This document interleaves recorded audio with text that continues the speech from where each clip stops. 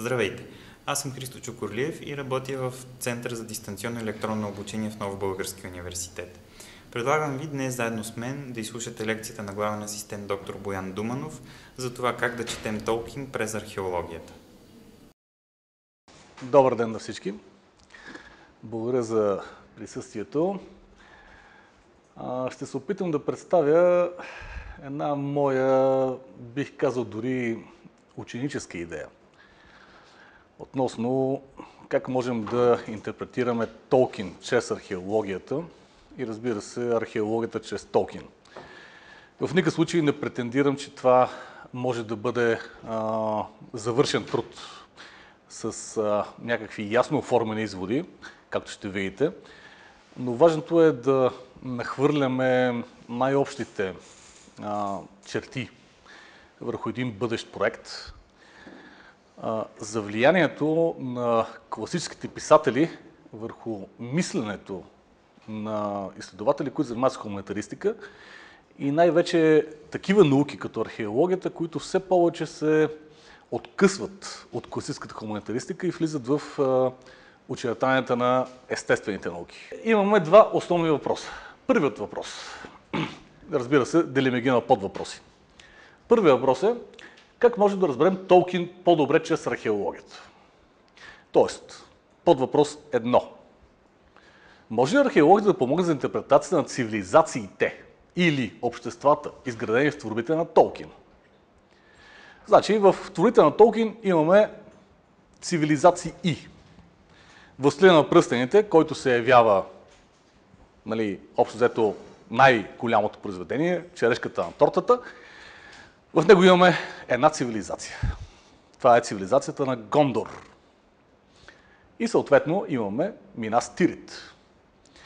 Къде са еквивалентите на Минас Тирит? Археологическите еквиваленти на Минас Тирит. Можем ли да кажем, че Толкин се е вдъхновил от топографията на някакъв град, от който заимства топографията на Минас Тирит? Какъв произход на Минас Тирит? Той е кула. Стражева кула или крепост, около която се развива последствие град. Еквиваленти топографски ние не намираме в Западна Европа. Нито Рим, Константинопол не отговарят топографски на Минас Тирит.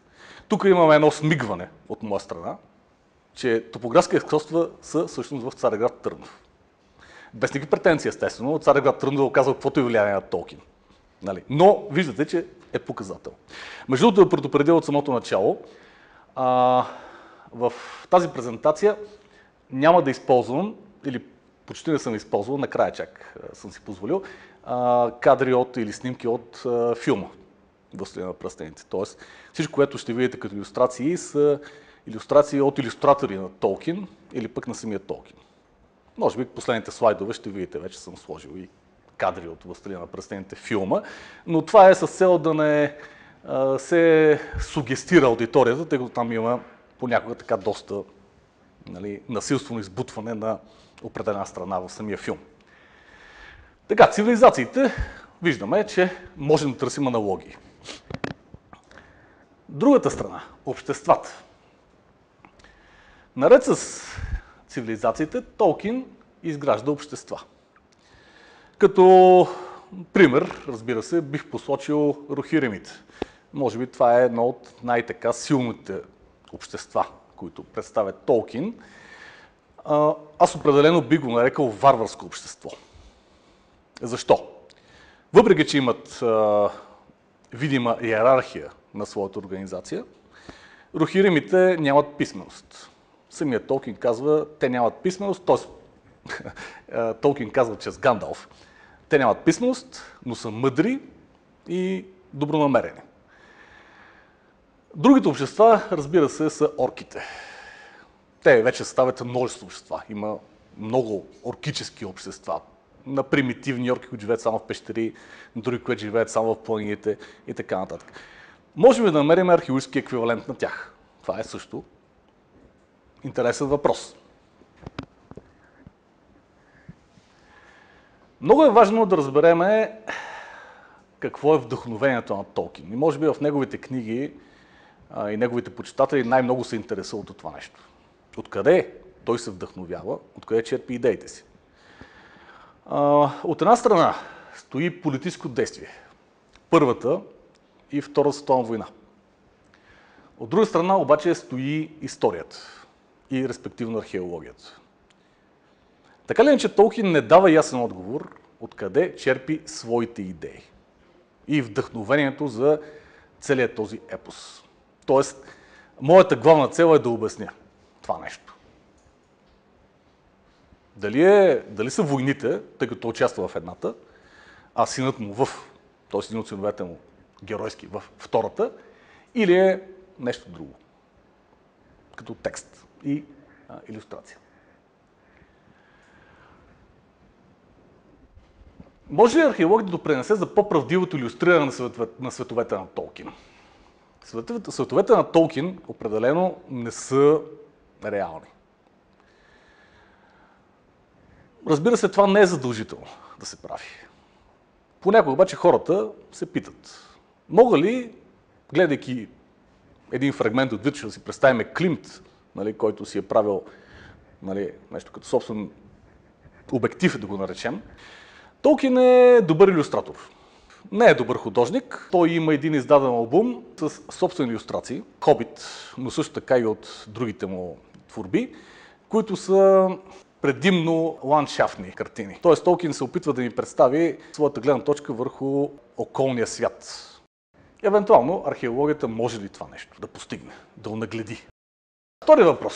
Как Толкин би ни помогнал да интерпретираме по-успешно артефакти, комплекси, ситуации, обясними чрез методите на археологията? Това е изключително сложно, разбира се, защото от времето, когато е живял Джон Роналд Роуел Толкин, археологията е изминала един доста труден път, като започнем от Йохан Вилкелман, без никаква капка на съмнение.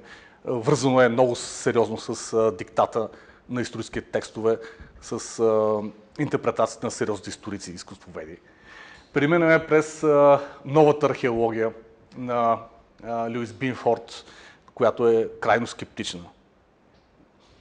И достигнем накрая до процесуализма и мултидисциплинарната наука, каквато днес е археологията, когато един археолог трябва да се справи с огромно количество информация и в крайна сметка той не може да го направи.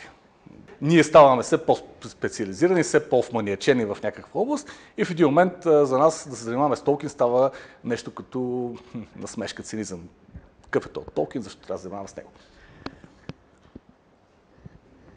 В крайна сметка, археологията днес е наука на фактите. Тя се базира на факти, основава се в физическите предмети, получени следствие на човешка дейност. Следователно, археологията е ограничена откъм интерпретации, свързани с предположения, базирани извън археологическия запис. Или това е нескопосания български превод, но аз за друг не се сещам, на английския термин Archaeological Records. Но по принцип, вие като археолози, или пък близки до археологията, може би сте се сблъскали с други такива термини, те са безброй. Никой не може да преведе, например, археологische Fundstoff или археологische Befund на български. Тези думи нямат еквиваленти. Но рано или късно, може би българската теоретична археология, когато някой се създаде, ще направи такива превод. И това е, разбира се, един от малкото успешни цитати, или една от малкото успешни реплики на доктор Джонс. Аз, разбира се, не го одобрявам. Нито като колега, нито като самата поредица филми. Но все пак това е доста правдиво казано. Археологите следва фактите. Ако търсите истината, запишете курса по философия. Тук обаче трябва да отворим и скоба. Археологията е болезнена наука. Много е хубаво да седим вкъщи, на бюрото или в леглото, да четем Толкин и да рисуваме светове. Тези светове, разбира се, могат да бъдат илюстрирани чрез археологически паметници. Крепости, замъци, оръжия. Но в крайна сметка имаме действие. Археологията е наука на действието. И тук имаме няколко примера за личности, които са повлияли не само като археолози, но те са повлияли на своята непосредствена политическа среда и са се жертвали в името на своите мечти. Тук съм подбрал няколко примера. Това са Остин Леард, един английски, британски археолог. Той е археолога с кон и пушка. Всъщност, Остин Леард, Хари Шлиман и Ото Ран можем да ги обединим всичките в образа на Индиана Джонс. Не съм сигурен, нали, сценариста на Индиана Джонс какво точно има предвид, правейки този образ, но всеки един от тях е един Индиана Джонс. Остин Леард е човека, който е тръгнал с 15 паунда в джоба, с кон и пушка, да открие Ниневия. И той е открил. Но откривайки я, неговите открития след това следва въстание срещу османската власт от местните племена. И той го води. Хари Шлиман не е човек на този екшен, на такъв тип екшен, но в крайна сметка той пък посвещава цялото си богатство. И живота му наистина се изхабява в следване на неговите мечти. Ото Ран. Ото Ран е, може би, истински Индиана Джонс. Съжалявам да го кажа, но той е офицер от СС. И защо смята истински Индиана Джонс? Защото той е човекът, който всъщност си поставя за цел да открие Светия Граал. И така инициира експедиции в Тибет, в Хималайте, търсейки този Граал. Респективно отказва се от тази идея и загива в Пиринеите по време на снежна буря.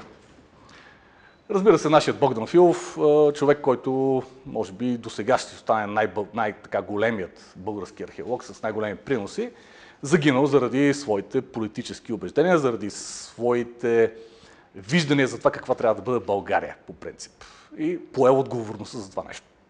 Истински археолог и истински политик.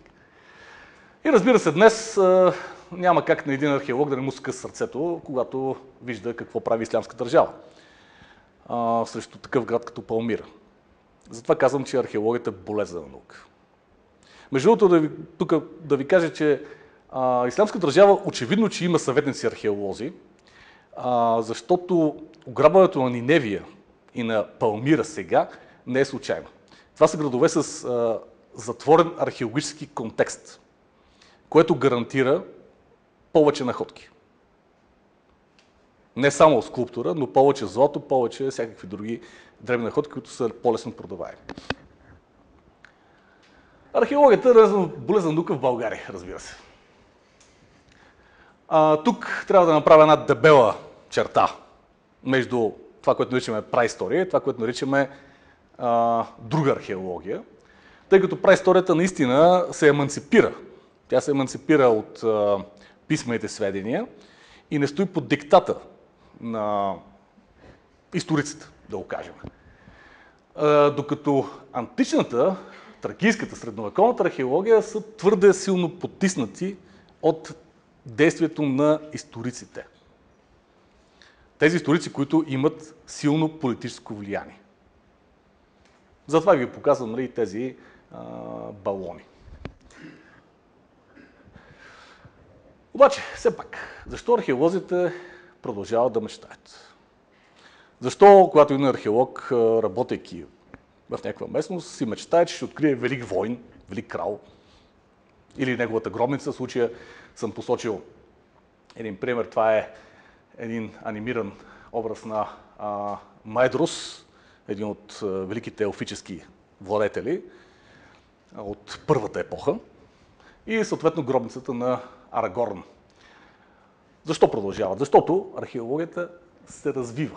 Защото след векове еволюция, европейската археология се превърна от една чисто антикварна наука, изучавайки или по-скоро продавайки за жълти стотинки предмети или просто изкупна дейност, в социална наука, чието представители се чувстват ангажирани към обществени процеси и могат да влияят върху съвременното политическо действие. Това в България, разбира се, отдавна не се случва, но не означава, че в Европа не продължава да се случва. Водещи личности в тази история са хора като Вир Гордънчалд, тук съм посочил не случайно хора с различни политически убеждения.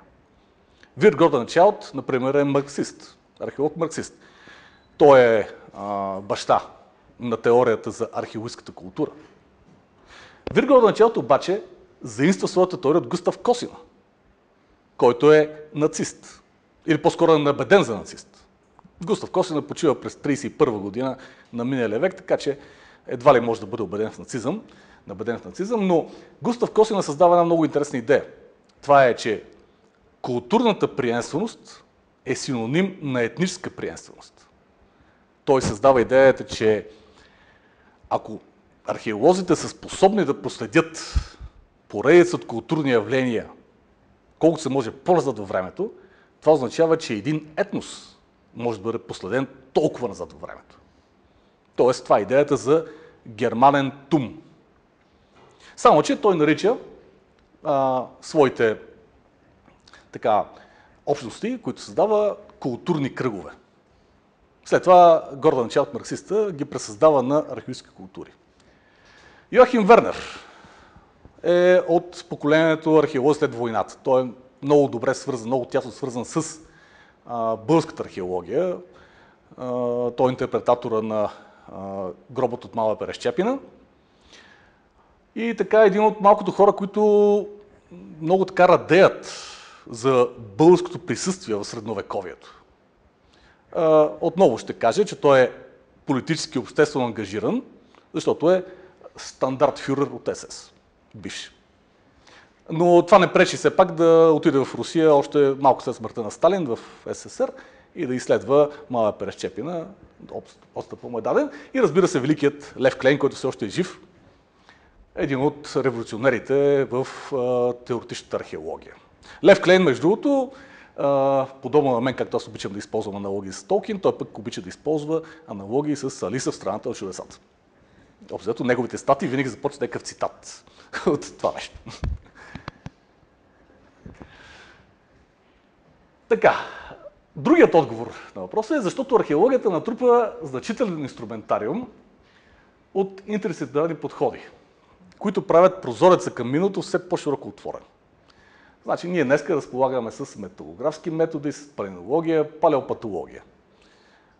Можем да отговорим на много въпроси, които археолозите дори преди 50 години не са могли да си представят, че може да отговаряме. Това вече, за щастие, може да случи дори в България. Имаме съответните методи, стига и възможности, стига да знаем как да ги използваме и защо. Сега, къде все пак е мястото на толковения свят в археологията? Използва ли все пак Толкин някакви модели, които са заимствани от някъде, от историята или от археологията?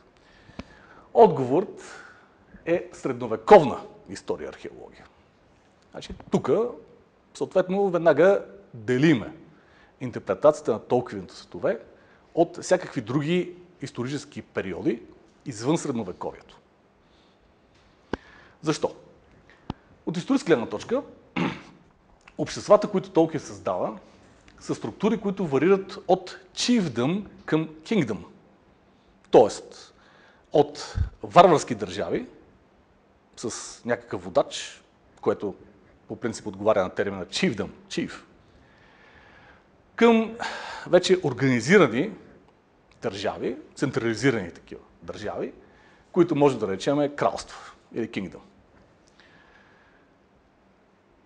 Сега, тези общества, подобно на средновековният свят в Европа, запазват и една форма на имперска лоялност. Къде в Толкиновия свят ние ще видим тези империи? Няма империи.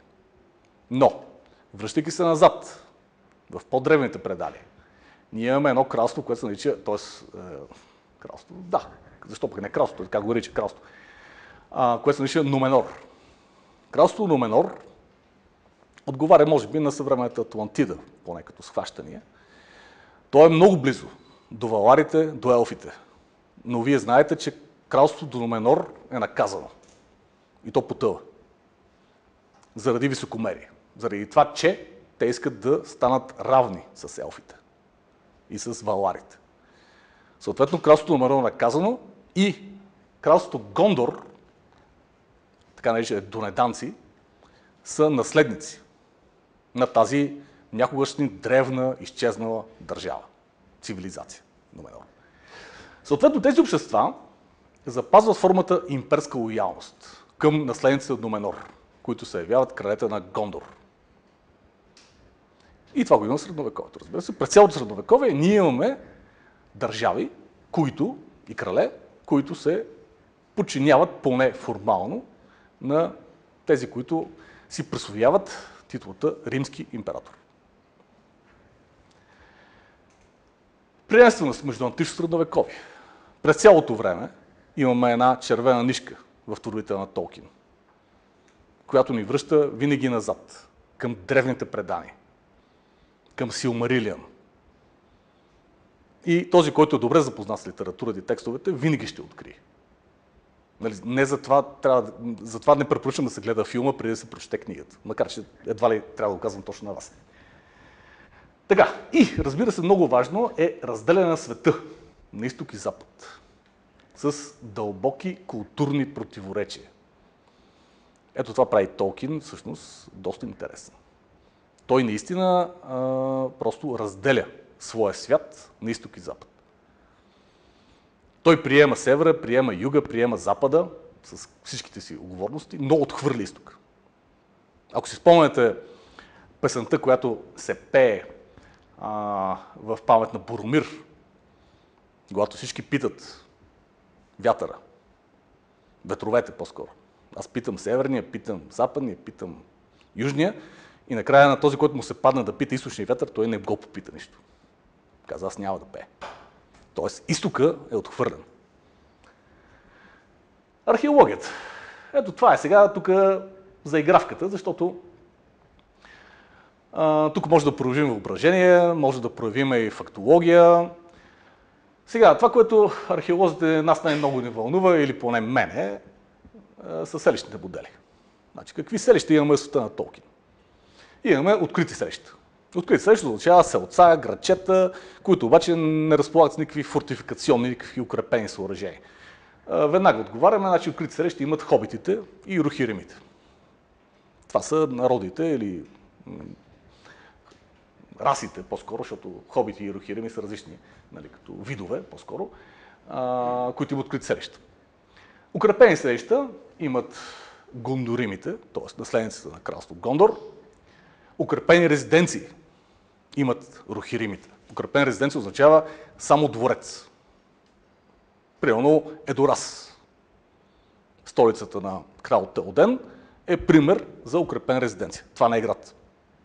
Това е укрепена резиденция. И градове реално имат само гондоримите в света на Толкин. Истински градове. Архитектурата също подлежи на някаква дискусия, защото в света на Толкин ние виждаме да се сблъскват два вида архитектура. Това е романска и готическа архитектура. Като тук Толкин предпочита за света на гондоримите да избере романската архитектура, подчертавайки го в текста с високи, светли сгради, с куполи и аркирани прозорци. Докато, говорейки за архитектурата на Моргот или на Мордор, той твърди за тъмни сгради с остри арки и назъбени фасади. Тоест, това е готиката. И това е характерното противопоставяне, между другото, на Ренесанса. На ренесансовата култура и изобщо на хората, които са настроени с едно такова пролатинско възпитание спрямо архитектурата. Готикът за тях е нещо лошо. По-нататък ще видим и примери. Какво имаме още? Военни съоръжения, крепости, кули. Такива неща се поддържат от гондоримите и рухиримите. Разбира се, това са извън селищни съоръжения. Комуникациите са нещо много интересно. Комуникациите в света на Толкин са типично средновековни. Това не са античните комуникации, които са лесни, поддържани и прочие. Това са трудни комуникации. Ние виждаме как героите се колебаят, откъде да минат. През тази планина, през този проход е затворен, този не е сигурен, там ще ни нападнат орките и така нататък. Тоест, това не са античните комуникации от времето на Римската империя, когато всичко е поддържано, охранявано, а напротив, това са опасни пътища. Въоръжението, за него едва ли има смисъл да говоря, тъй като едва ли някой се съмнява, че е средновековно. Става въпрос за плетени ризници, конични шлемове, двуостри мечове, брадви, тежки щитове. Говоря за текст. Пак ви казвам, не се сугестрирайте от филма. Във филма има безумни оръжия, нали, които изобщо никога не са съществували, но в крайна сметка това си въображение все пак на сценариста и нашия. Облеклото е средновековно, защото тук става въпрос за кроени и шити дрехи, които не са като античните или пък някакви други, нали, които разситат повече на драпировка и повече текстил. Те са си определено средновековни, тъй като са корени и шити с ръкави, панталони и прочее. Сега, орките в някакъв момент ходят голи, но пак тези същества ги изхвърляме от тематиката, защото все пак тук ще говорим повече за хората. Храна и бит. Ето тук малко ме притеснява нещо, че имаме непрекъснато картофи и тикви. Нали? Хобитите много ги обичат. Нали, даже там, спомняте, нали, Амгъл, т.е. сам се караше сам гъл за един заек, дето трябваше да му слагат картофи, пък Амгъл не искаше. Но може да го обясним с това, че все пак светът на Толкин. Толкин, между другото, винаги е казвал, че в топографията, в физическата география на неговите светове, няма смисъл да търси аналог в съвременните светове, защото това са много древни епохи. След това те са се разделили и може би картофите и тиквите са останали в това, което се нарича Америка и след това на европейците се наложил пак да ги открият. В ранносредновековните общества кралят се избира по достоинство. Той трябва да бъде висок, трябва да бъде красив, трябва да бъде вежлив, трябва да бъде щедър, трябва да бъде храбър. При Толкин обаче ето, имаме това нещо. Кралската власт се предава по кръвна линия без значение какъв е краля. Но, разбира се, кралете на Толкин винаги са красиви. Там няма изневяра от този модел. Другото нещо при Толкин е, че съюзът не е форма на васалитет, а на лоялност. Тук имаме много хубава историческа препратка към едно писмо на император Констанций III в навечерието на битката при Каталунските полета, което отправя до всички германски съюзници, които населяват територии на Римската империя, вече бивши, разбира се, но все още формално волеше се под. И той им припомня, спомнете си старите съюзи и се претечете на помощ. Все пак вие обитавате, вие живеете върху територии, които бяха дадени от империята. И той по това писмо успява да организира наистина една силна коалиция срещу хуните на Атила през 452 година. Тоест, ето това е пример за лоялност, а не на васалитет. Защото след това вече в същинско средновековие съюзът е форма на васалитет. Тоест, един владетел иска, не иска, когато кралят го призове, той е длъжен да се отзове. Пък и може да не е крал, може да е някакъв си барон. Пък той да е съвсем маничък. Въпросът е васал. Въпреки приемствеността между античността и средновековието, което показах в предишния пример, понякога имаме отказ от признание на авторитета на античната приемственост. И това е най-добрият пример, именно с регентите на месеца на Гондор, които отказват да признаят авторитета на нуменорските крале, което е много нахално, по принцип. Но в средновековните времена се случва. В Толкиновия свят свръхестествени създания през средновековието, елфи, джуджета, гоблини, тролове и така нататък са напълно реални. Нали, в средновековния свят това са свръхестествени лоши създания. Докато при Толкин те не са задължително. Отношението със светли създания към хората варира от неутрално до положително в неговия свят. Докато в реалния европейския средновековен свят е обратното. Те са лоши, враждебни създания. И тук съм сложил днес случайно тези два примера, като илюстрации. Това е легенд за шотландския поет Томас Лермонт.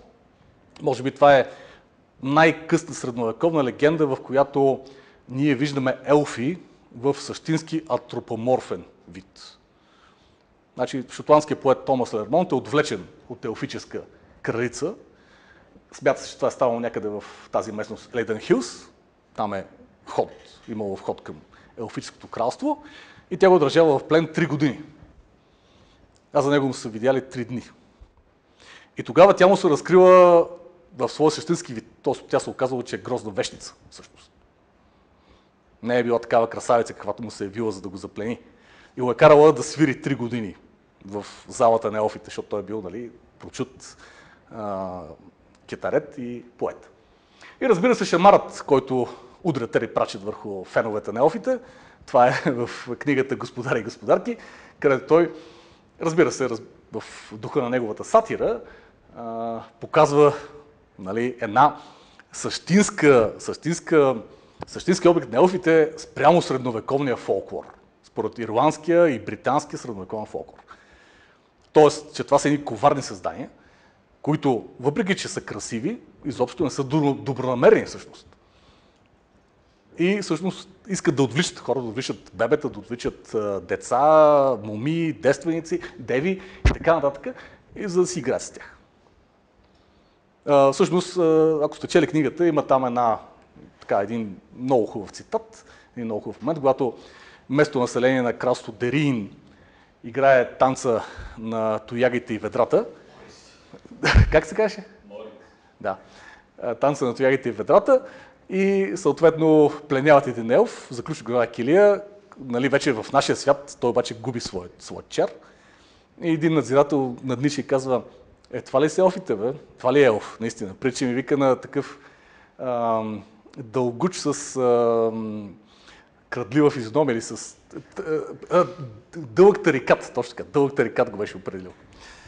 Както е, това е все пак реакцията понякога на това. Но искам да ви кажа, че Тери Прачет наистина научка отношението на средновековните хора вече в зрялото средновековие към елфите. Това е, разбира се, става не без съдействието на църквата. Свещениците полагат много големи усилия да компрометират всички тези древни създания. Но това е много важно за творчеството на Толкин, така ли иначе. Така, някои акценти от биографична справка, няма смисъл да разказваме целия живот на Толкин, но има някои факти, които са определящи с неговото творчество. Съответно, той е роден в Бумфонтейн, Южна Африка, все още по време на Британската империя. По-късно този град се отделя като част от така наречената свободна провинция и става център на Бурската революция. Но Толкин няма отношение към тази борба, така ли иначе, тъй като майка му, той с майка си заминава за Англия на посещение и по това време обаче, по време на това посещение, при роднини, баща му умира. Баща му работи в клон на местна банка там и те повече не се връщат в Южна Африка, въпреки че са имали добрите материални основи за това нещо. Така че той прекарва детството си в Бирмингам. На 12 години почива майка му и той съответно е приет в семейството на сестрата на майка си, но тъй като те не се държат добре с него, неговото настойничество е поето от католическия свещеник Френсис Морган. Ето това е една много важна червена линия. Толкин е убеден католик. Значи ние четеме за неговите светове, всякакви създания, елфи, джуджета, така една почет към езичеството се оказва, но в крайна сметка фундаментите на Толкин са католически. И това остава непоклатимо. Но, разбира се, католицизма има и една полза. За разлика от протестанството, което обича да задава въпроси и да си отговаря на тях, т.е. всичко трябва да бъде изпразнено, изяснено до последната молекула, католицизма обича да запазва някаква форма на таинство. Може би, всъщност не може би, а направо това си оказва влияние. Пък в положителна сфера при Толкин. Една рицарска любов към неговата съпруга. Сключват брак през 1913 година, въпреки че се познават от 16 годишни, но Толкин се налага да се откаже по настояване на пастора Френсис Морган от тази любов, но в крайна сметка нещата се запазват и имаме хепи енд. Разбира се, като твърде надарен ученик, той получава лични стипендии и в крайна сметка се изгражда в класическа филология и английски език и литература. Сега една много важна точка на пречупване, разбира се, е Първата световна война.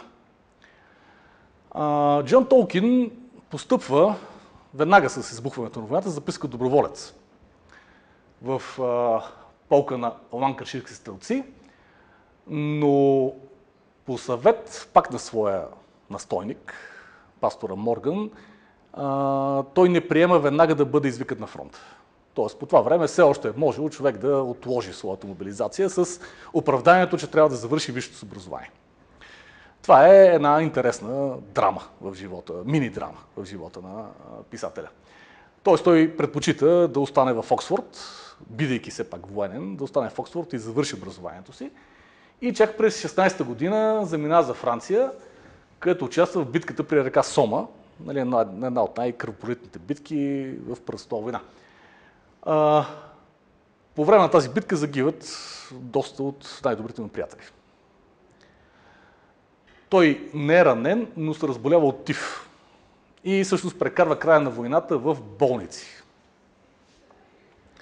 Може би тук вече различните биографисти и критици на Толкин възприемат именно периода в болниците, като един такъв период на, да не използвам тази дума, катарзис, но един период, в който той изгражда вече основните си идеи. Нахвърля ги, макар че аз подозирам, че дори преди това и аз ще покажа, че дори преди това той вече е бил изграден като писател и творец и изобщо е бил създал своя свят. Не е необходимо да смятаме, че човек, лежейки в болнично легло, му е до изграждане на кулите на Аквалонде, например, или създаването на пристанището Аман. Тук съм сложил, разбира се, нашите отвратителни издания. Не знам защо българските илюстратори толкова се стараят да се проявяват като такива. Но наскоро се празнуваше 80 годишнина на Любен Зидаров. Аз този художник го помня само с недобро. Той ми причиняваше кошмари. Особено илюстрацията Монета Хофман, например. Айде, признака на лява сте казал, Уестърн ще ги преглътнем някакси, нали? Но ето Хофман, който те натоварва с текст и в същото време гледаш ти илюстрации, това е ужасно. Но не трябва да съобразяваме с тия дати. Това, че нещо излязло през 1937 година или пък през 1949-1954 година, означава, че замисълът е бил 2-3 години по-рано. Замисълът е много по-дълбок, разбира се. Това не е научна публикация, за да теглиме чертата терминус посквен. Силмарилиън, който по принцип се смята, че всъщност може би е най-ранното творение, най-ранните бележки, които Толкин прави, още като студент, излиза последен, 1977 година. Тук не случайно съм подбрал всъщност корицата на първите издания. За да се добие ясна представа, действителност каква е била визията и на самия Толкин, защото той редактира илюстрациите, нали? И самата визия на самите художници. Виждате колко са абстрактни самите корици. Това е нещо много важно, когато искаме да внушиме на читателя какво се казва. Знаете, че днес всичките книги на Толкин са толкова натоварени всякакви внушаващи илюстрации, че човек си каже, този човек е нещо като Стивън Спилбърг. Едва ли не. Но ето виждате колкото са семпли първите корици. Сега, освен художествената литература, знаем, че Толкин е сериозен, много сериозен изследовател. Тук съм подбрал някои много важни заглавия, които препращат пък научната дейност към неговото художествено творчество. 25-та година обаче издава Сър Галуейн и Зелен рицар. Това е много интересна келтска легенда, получила, разбира се, популяризация и в самата Англия вече, самото английско общество. Това е легенда за жертвата. Зелен рицар влиза в Камелот, когато рицарите заседават и казва, кой е толкова смел да ми отсече главата, но след една година да дойде при мен и аз да му отсека неговата. И разбира се, това се очаква да е крал Артур. Но, съответно, Сър Галуейн, който е братовчет, той е племенник на краля, става и казва, аз ще отсека, отсича, Зелен рицар става, взима си главата и казва, след една година ще чакам в моя замък. И Сър Галуейн отива. И полага, спокойно глава на дръвника. Зелен рицар, естествено, му отказва да му отсече главата, казва, ето ти си достоен рицар, наистина се справи. Това е нещо много интересно в толковите легенди, толкова свят. Идеята за жертвата. Без никакви условия. Името Ноада. Това е една голяма студия. Ноада. Ноада е по принцип цялото се казва племето. Племето на Ноада. Те са ирландско племе, но като цяло произхода на името е старогермански. Идва от старогерманския глагол Ноадан, което означава грабя, отвличам. И Толкин тук се забавлява именно с това нещо. Той разкрива именно тези староирландски корени на елфическите легенди. Елфите, които отвличат деца. И той смята, че именно племето Ноада, вероятно са именно някакъв такъв пласт във фолклора, не само ирландския, староанглийския фолклор, които отразяват присъствието на елфите. Елфите, които отвличат. Беовулф, чудовищни критици. Беовулф е любим герой на Толкин и ще видим, че също се окаже много важна фигура за неговите последващи изследвания. Ще разкажа кой е Беовулф. 38 година. Ето това е реперът. Аз без съмнение не се съмнявам, че това изследване, което наричаме Хуненшлахтлид, нали, неговото изследване на Хуненшлахтлид, е може би най-важното в неговия живот и изобщо в света, който той ще изгради. Какво представлява Хуненшлахтлид? Значи, това, нали, тук съм написал на немски, но по принцип означава песен за битката с хуните. Това е най-ранният записан скандинавски епос. Или скандинавска поема, то не е епос. Значи, ако си спомняте песен за Нибелунгите, например, нали, тетралогията на Вагнер, Хуненшлахтлид лежи в основата на това цялото нещо. Значи, тетралогията на Вагнер е чак края. И тя, разбира се, твърде много парфюмирана, романтизирана и така нататък. Има песен за Нибелунгите, който е средновековен епос. Но Хуненшлахтлид се отнася за събития, които са случили в средата на 5 век и съответно са влезли в основата на скандинавския фолклор, на скандинавската митология. И това е установено, че е най-ранната записана изобщо поема, която е може би от някъде от 9 век. Толкин се е хванал и е разработил цялото това нещо, превел го е, развил го е и съответно, може би от тук стъпва и цялата му идея за неговият епос. 39-та година. Относно вълшебните приказки. Между другото, тук съм ги превел на български, тези неща ги няма на български. Относно вълшебните приказки ги има на руски. Аз го имам едно книжленце. Относно вълшебните приказки, Толкин коментира защо елфите не трябва да бъдат като мухи. Нали, той казва, че всъщност елфите са така древни създания, присъстват в скандинавската митология и прочее, и прочее, и прочее. Така че това, което по-късен средновековен фолклор ги превръща в елфи и фей като пеперутки и мухи, нали, не издържа. И посмъртни. Това са неща, които Толкин пише още като млад, но са ръкописи никога не са излезли, докато не са обработени от неговите потомци, най-вече от сина му Кристофър. И даже сега се продава библиотеката, т.е. книжаницата, легенда за Сигурд и Гудрун. И едва миналата година излезе Беовулф, неговия превод на англосаксонската сага Беовулф, който още превежда като студент. Това е неговата едва ли не магистърска работа в Оксфорд. Защо се спирам на тези две неща? Защото Беовулф де-факто е англосаксонската версия на Сигурд, на Зигфрид. От тук нататък, имайки предвид, че исторически контекст и на Сигурд, и на Беовулф е великото преселение на народите, не ранно средновековие, не същинско средновековие, но великото преселение на народите. Т.е. там през цялото време Атила идва и накрая избива всички. Именно от тук явно тръгва вдъхновението на Толкин. Т.е. той е много добре запознат с този период, който се оказва наистина ключов за историята на западноевропейската, пък изобщо на европейската цивилизация. Толкин обича да създава собствени ландшафти и това, което винаги на мен ме впечатлявало, че неговите ландшафти изглеждат необитаеми. Неща, които ни препращат към текстовете в Хуненшлахтлид, където Толкин описва точно такива ландшафти. Той описва Днепър, описва южноруските степи, описва свещения камък на готите, скрит в Днепър. И разбира се, описва и големите грамаданските планински вериги, които затварят пътя на хуните. Толкин и океанът. За Толкин морето е плашещо. Той по-скоро в своите произведения го използва като граница, а не като средство на комуникация.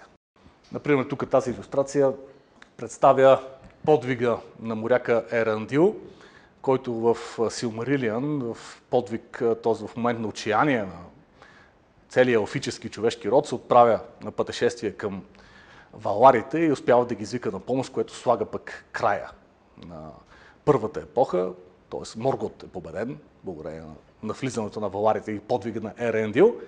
И разбира се, едно от най-големите престъпления, извършвани в елфическия род, това е изгарянето на корабите на телерите.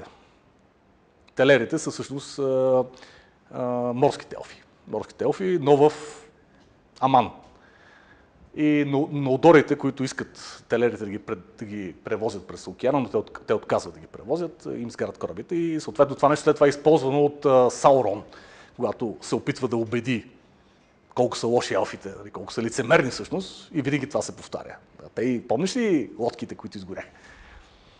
Така че Толкин малко страни от океана, което не е типично за един англичанин, но факт. Очевидно има някаква причина това нещо да се прави. Лично аз не мога да се обясня, но океана, морето не присъстват. Не присъстват толкова епически, колкото горите, реките, планините в епоса на Толкин. Така, сега, Толкин е средновековната археология. Важното да се почитае, че Толкин не е археолог. В никакъв случай, нали, това нещо не може да се преписва на Толкин да е археолог, както и Александър Фолн е археолог. Нали, общо много хора напоследък обичат да си преписват така тази чест да бъдат археолози, но в крайна сметка нека да оставим, пък ние да преценим. Тези, които сме завършили археология, кой археолог. Искам да кажа, разбира се, от гледна точка на археологията, разбира се, сега бихме искали Толкин да е археолог, но не е археолог. Сега, той е лингвист, който обаче е много важно. Той познава отлично историческия контекст, в който са създадени изследваните произведения. Това е много важно за един лингвист. Например, ние имаме прекрасни лингвисти, като професор, да кажем, Шурбанов, не знам дали още е жив, но те не познават. Те не познават добре контекста, в който са написани произведенията, историческия контекст. Дори самият преводач на Толкин, без съмнение, прекрасен лингвист, той също не познава контекста, историческия контекст, в който са написани тези произведения. Александър Шурбанов, той е литературен критик, но преводача на Толкин Любомир Стоянов, мисля, че се казваше, нали? Да, Любомир Стоянов, той, нали, пише едни такива предговори, където се обърква общо взето и до голяма степен си противоречи. Тоест, той не познава нито историческия контекст на Толкин, в който той е писал, нито пък за какво Толкин изобщо ни говори, като история. Иначе, прекрасни преводи. Аз, благодаря на неговите преводи, винаги обърквам английски или немски колеги, защото им говоря с нашите термини, пък те са свикнали всичко на немски и на английски, т.е. на немски, да бъде с английския. Нали, немските преводачи, например, свалят директно английския термин. Нали, няма да е Лумидол, ще е Ривандел. Няма да е Шлемово Сое, ще е там, както беше на английски. Да. Така. Сега, във времето, когато се изграждат обаче, се изграждат Хобитът и Властелина, са известни първите феноменални находки на западноевропейската археология. Сега, тук имаме едно известно противоречие, защото средновековната археология е една непопулярна дисциплина в Европа. За разлика от класическата археология, която, нали, и британската, и немската, не толкова британската, но немската и френската археологически школи се стремят към класическата археология. И разбира се, в този случай археологът винаги се води от текста. Нали, примерно, един Харин Шлиман Взима Илиада, прочита и казва: ура, отивам да откривам Троя. Или пък, нали, те са безбройни такива случаи. Това касае и французите. В средновековната археология е обратното. Първо получаваме едни много добри открития, едни прекрасни находки, като корабите от Кокстад и Осберг. Във Франция това пък са едни огромни некрополи на франки, пълни с прекрасни накити, които обаче са проучвани парадоксално не от археолози, ами от местни учители. Тоест толкова е нисък интерес към средновековната археология. Тук първа находката, след това следва интереса. Може би и при Толкин така се е случило. Тоест, интересът към средновековната археология не е могъл да го провокира преди да се появи някакъв исторически текст, който той да прочете.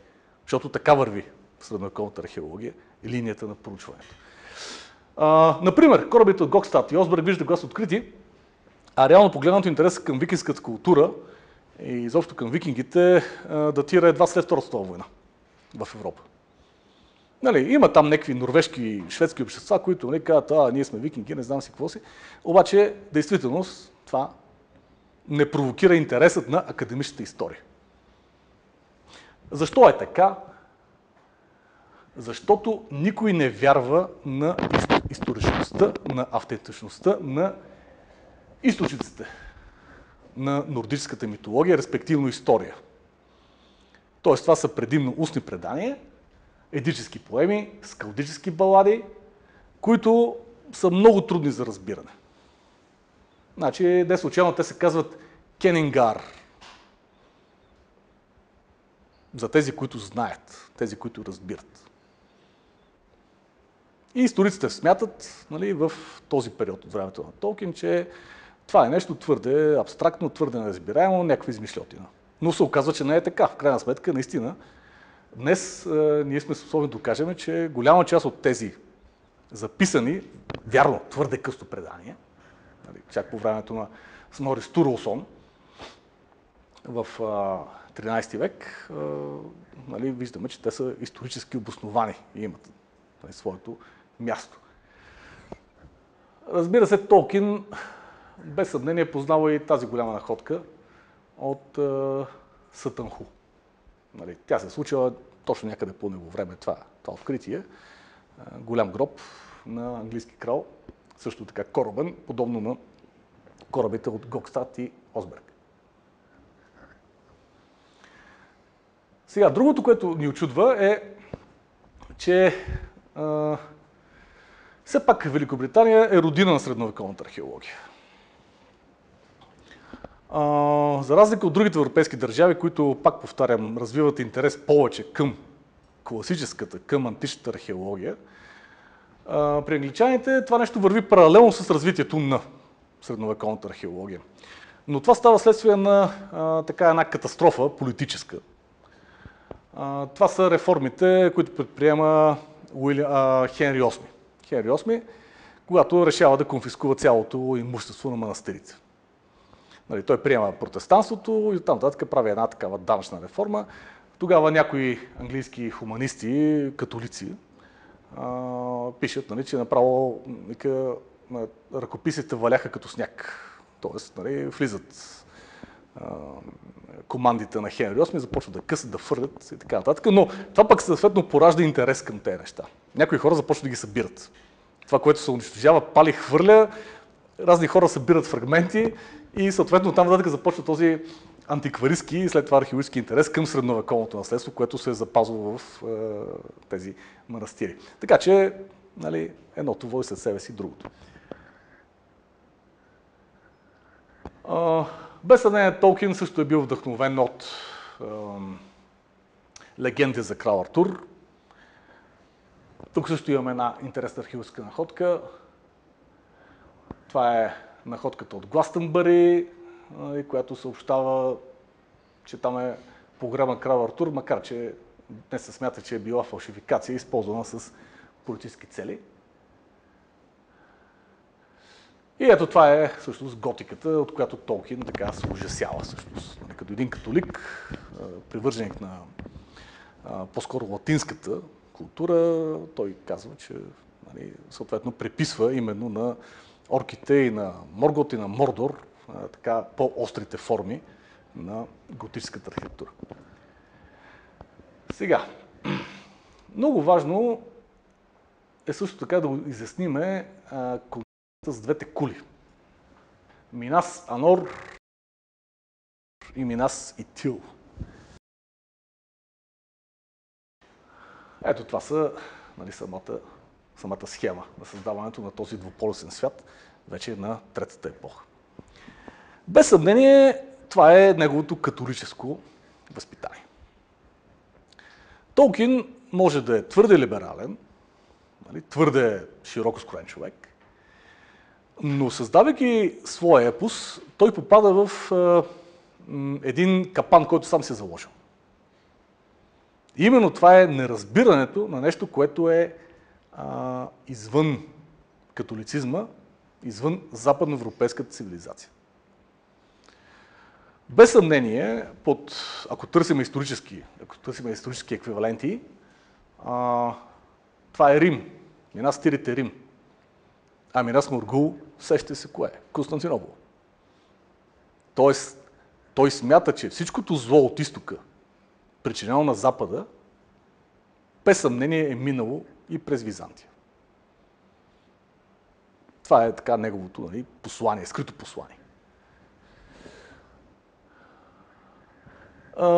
За съжаление, явно той не действа в синхрон с някои актуални течения в английската историческа литература през това време, най-вече съчиненията на Джон Бюри, който е първият историк, може би изобщо в Западна Европа, който доказва положителната роля на Византия в Европа, изработвайки концепцията на континуитета. Че всъщност континуитета не е донесен, не е пренесен чрез Рим, а всъщност Византия е носител и спасител на антична цивилизация за Европа. Но, разбира се, това са течения, които не винаги са били споделени. Всъщност Бюри има сериозните критици, и по своето време. Така че може да се обединим около идеята, че Толкин всъщност заимства своите идеи от епохата, която наричаме Велико преселение на народите. В тази епоха имаме именно атаки от изток, от непознати племена, непознати народи. Античните автори, като Иван Марцелин, описват хуните именно като кентаври, животоподобни, звероподобни, слети с конете си, с обезобразени лица. Всичко това нещо, разбира се, е отразено и в скандинавските източници, които ползва и Толкин. Тоест, там големите германски герои, като Сигурд, като Беовулф, също сражават с такива звероподобни създания. И, разбира се, изграждайки отделните общества, той търси и прилики за положителни герои, като рохиримите. Гледайки рохиримите, ние ще видим именно готите. Конен народ, който се сражаваше с хуните непрекъснато. Непрекъснато побеждава хуните, но той непрекъснато пак се сражава с тях. Тук няколко така смели примера съм дал по отношение на силмарилите. Значи за силмарилите Толкин знаете колко е важен силмарилия и силмарилите. Значи аз винаги се чудил как такова внимание може да даде един скъпоценен камък или те са три. Значи във Великото преселение на народите гранатът играе такава важна роля. Значи граната е с просто наистина уникално важна роля за тези племена. Хуни, готи и така нататък. Това диктува цяла мода и когато гранатът изчезва, т.е. спира да се внася, поради една и други причини, и тази мода изчезва. Аз съм се чудил защо не е намерена алтернатива на граната, когато са изработвани украшения и така нататък. Оказва се, че той няма заместител именно в своята мистична стойност, като знак, както и силмарилите. Силмарилите са безценни. По отношение на обществата, тук малко ще прескоча, тук няма смисъл да се говори. По отношение на обществата, които бихме възстановили при Толкин, значи Питър Хедър един британски историк, който се занимава с тези проблеми от великото преселение на народите. Той е привърженик на средната класа, след това ще направя едно обобщение. Един друг историк, Уолтер Джофард, смята, че пък такива общества от епохата на великото преселение са напълно измислени, т.е. не съществуват. И Петър Кеймари, който е много скептичен изобщо за съществуването на племена, изобщо за някакви етнически общности. Но това, което ми се искаше да дискутираме днес, беше за военната или воинската култура и как Толкин би ни помогнал да обясним този въпрос. Защото тези трима историци, които ви показах, Питър Хедър вярва в етническото начало на обществата от великото преселение на народите. Тоест, ако се върнем към Толкин, рухиримите са рухирими. Рухиримите знаят кои са. Според Уолтер Джофард, тъй като рухиримите не биха имали, нямат писмена история, собствена писмена история, а някой друг я разказва, т.е. Гондоримите или Гандалф разказва тяхната история, т.е. възможно е Гондоримите или Гандалф да си измислили това нещо. В именно на създаването на някаква героика, с някаква политическа цел, Гандалф да е казал, онея дете им помогнаха в битката при Гондор да са рухирими, но те де-факто да не са били рухирими. Те да са били рухирими и още 2-3 други етноса, които Гандалф крие. И съответно Еймари би нарекал рухиримите банда. Той би нарекал банда просто. Някакви хора, които така скитат, те са на коне и съответно се местят насякъде. И в един момент им изнесло да помогнат на гондоримите да се спасят от торките. Защото така им е изнесло в момента. Това е идеята на Еймари. Че всички готи, хуни, вандали всъщност са банди. Някога са били римляни, но са забравили това нещо и са банди в момента. Са били банди, просто отиват, ограбват някакво място, освояват го и след това продължават. Реално погледнато, това са и двата важни момента в момента в великото преселение, археологията на великото преселение на народите. Военна или воинска култура. Защото звучи много, много така блестящо. Военна култура. Примерно да си археолог на военната култура. Какво означава това? Значи, ние копаеме крепости, гробове, коне, мечове и така нататък, ама тя ги няма. Няма ги. Ето готите, например, които са прословути грабители и военни, и войници, и бойци, когато разкопаваме един готски гроб, мъжки, в него няма нищо. Значи това е еталон за готски мъжки гроб. Оръжието не се полага в гроба.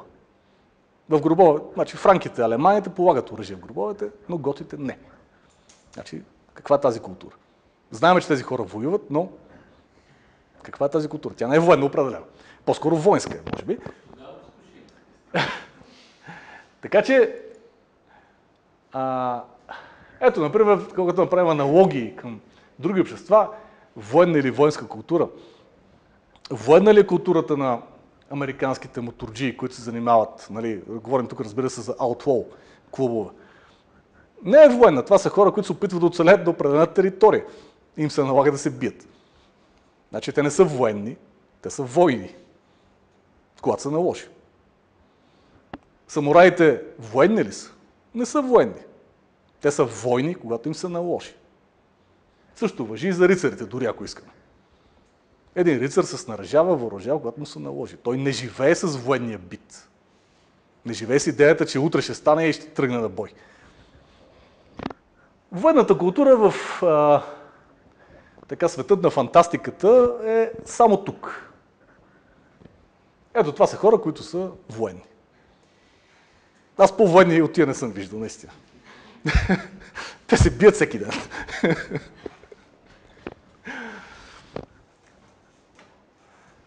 Така, нещо, което можем да обобщим и интересно при Толкин, значи в съвременна интерпретация на епохата, от която надявам се, че ви убедих, че дърпа вдъхновение Толкин, в нейната историческа интерпретация, имаме два големи лагера. Това са германски и британски лагер. Значи, според Хервиг Волфрам, той смята, че най-важното нещо в света на великото преселение на народите е кралската власт. Значи крал е този, който осмисля всичко. И ние виждаме, че при Толкин наистина кралят е много важен. Завръщането на краля е много важна стъпка. Виждате, че за първ път си позволявам да сложа снимки от Властелина на пръстените. Наистина кралете са потомци на богове и герои. И така и през Великото преселение на народите, така и и във Властелина на пръстените. От друга страна, британския лагер смята, че всъщност движеща роля не са толкова кралете, а волята и решителността на това, което може да речем като еквивалент на съвременната средна класа. Това са въоръжената средна класа, войните.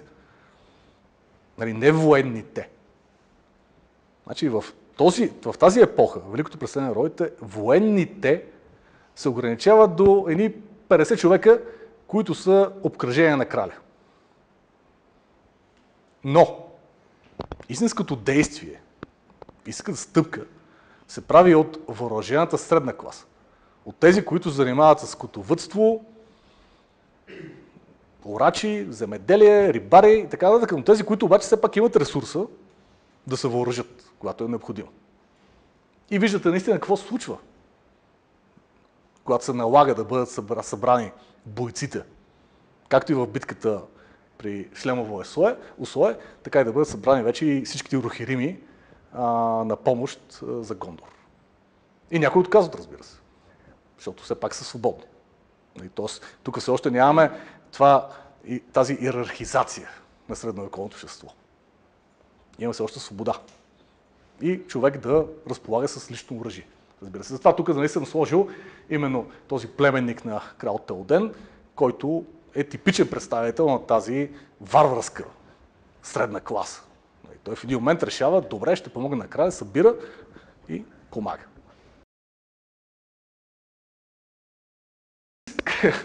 Критици. Сега, тук не трябва да спестяваме критиката към Толкин. Сега, това, което искам да обобщя все пак е, че Толкин не трябва да бъде считан за фентези писател. Толкин пише алтернативна история. Това, което ви обясних до този момент, всъщност идеята е, че Толкин реално погледнато пише една алтернативна история на Римската империя, Западната Римска империя. Сега, критиците, тук има един много интересен творец, Кристиан Викернес, музикант, художник, писател и така нататък. De facto той малко се обижда на Толкин, не малко, а много всъщност, се обижда на Толкин, защото това, което наистина той е прав, че Толкин всъщност създава една европейска митология. Европейска митология е тотално заличена от християнството. Това е факт. Значи има някакви фрагменти оцеляли в Ирландия, за които ви споменах вече, но като цяло християнството, католицизма и протестантството до голяма степен също, спомага за това, че много езически пластове са буквално изтрити. Erase memory просто, трес. Ние не можем да сравняваме с тях. При нас, при православните българи, ние сме такива латентни християни. Факт. Пазиме си много езически обичаи, но при тях не е така.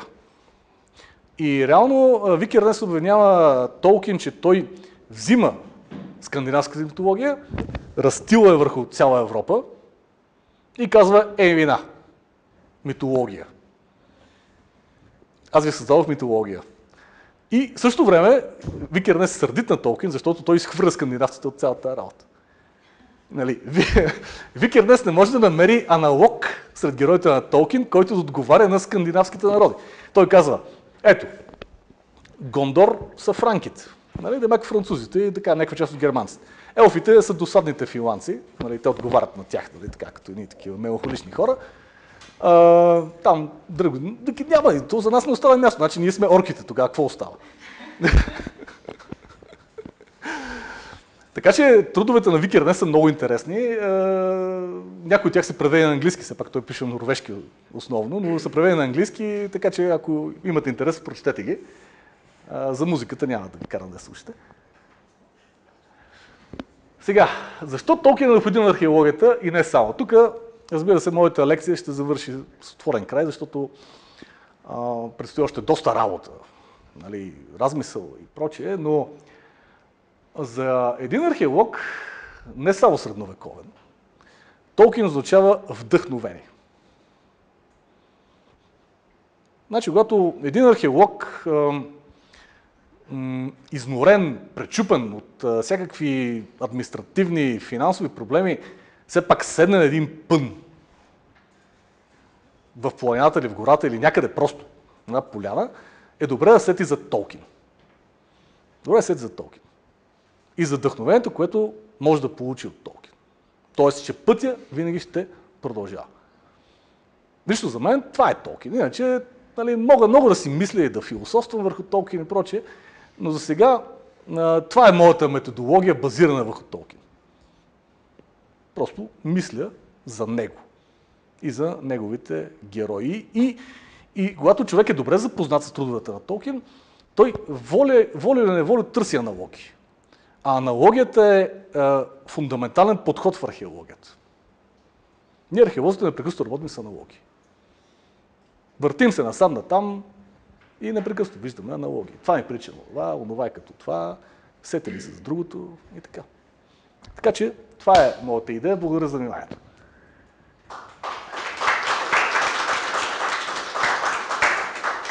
Защо да направим аналогията с периода всъщност между двете световни войни? Всъщност идеята му за лоялност, съюзите като лоялност, а не като васал. Всъщност като залегнали в основата на идеята за колективната сигурност на Уилсън, обществото на народите.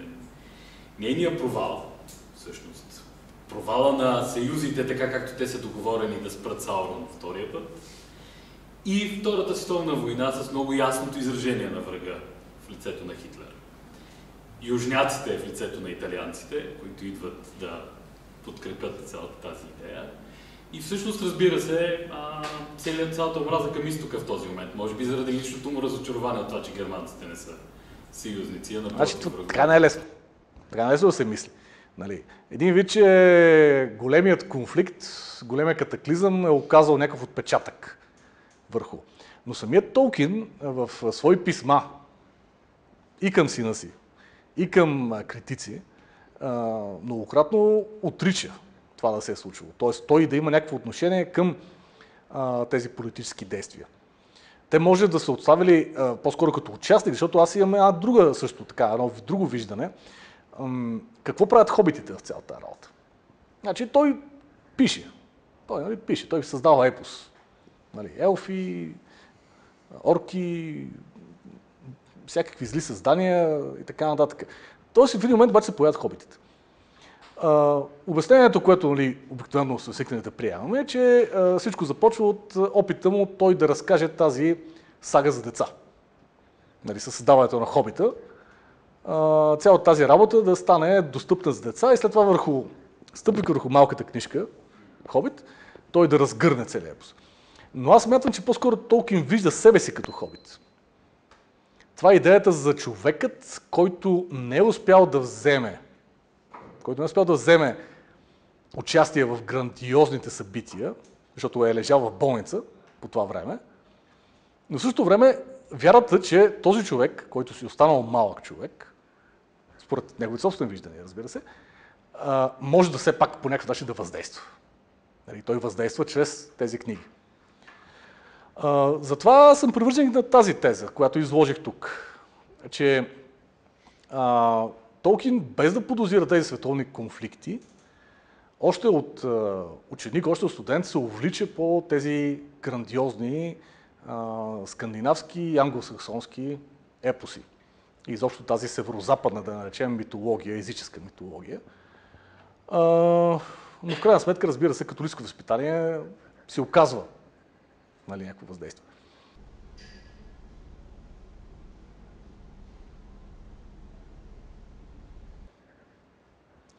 Ако няма повече въпроси, благодаря.